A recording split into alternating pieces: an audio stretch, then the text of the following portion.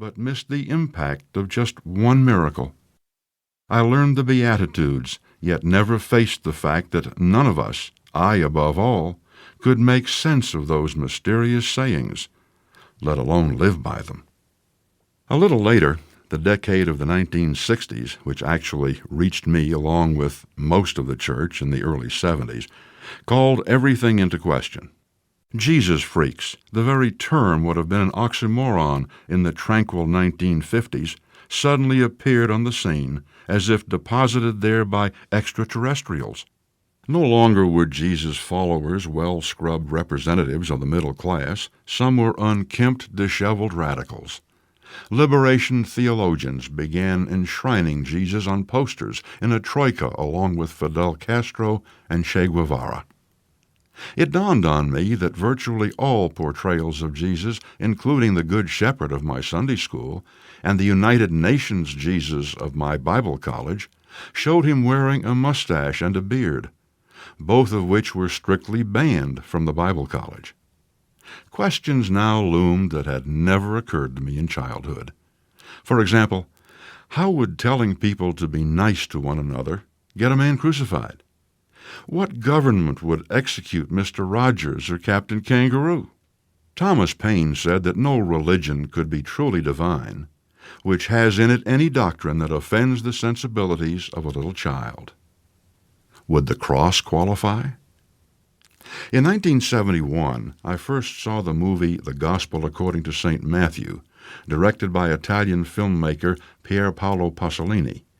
Its release had scandalized not only the religious establishment, who barely recognized the Jesus on screen, but also the film community, who knew Pasolini as an outspoken homosexual and Marxist.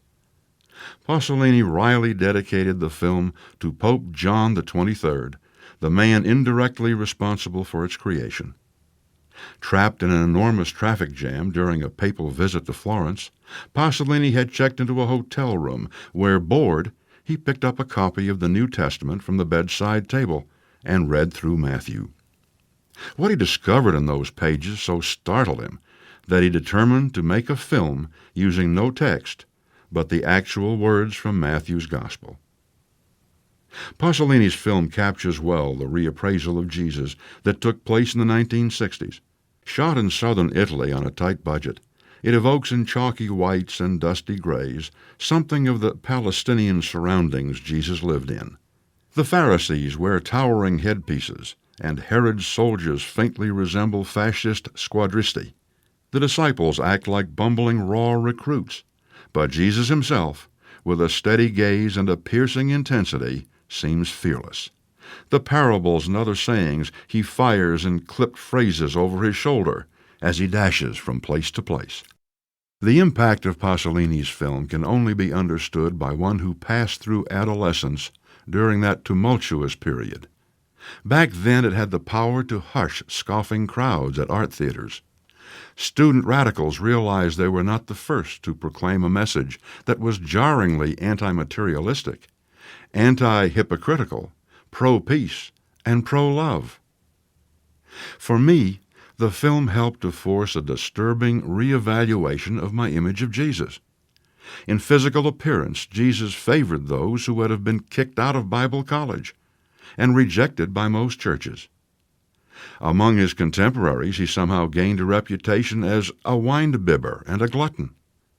Those in authority, whether religious or political, regarded him as a troublemaker, a disturber of the peace. He spoke and acted like a revolutionary, scorning fame, family, property, and other traditional measures of success. I could not dodge the fact that the words in Pasolini's film were taken entirely from Matthew's Gospel, yet their message clearly did not fit my prior conception of Jesus. About this same time, a young life worker named Bill Milliken, who had founded a commune in an inner-city neighborhood, wrote So Long, Sweet Jesus. The title of that book gave words to the change at work inside me. In those days, I was employed as the editor of Campus Life magazine, an official publication of Youth for Christ. Who was this Christ, after all, I wondered. As I wrote and edited the writing of others, a tiny dubuque of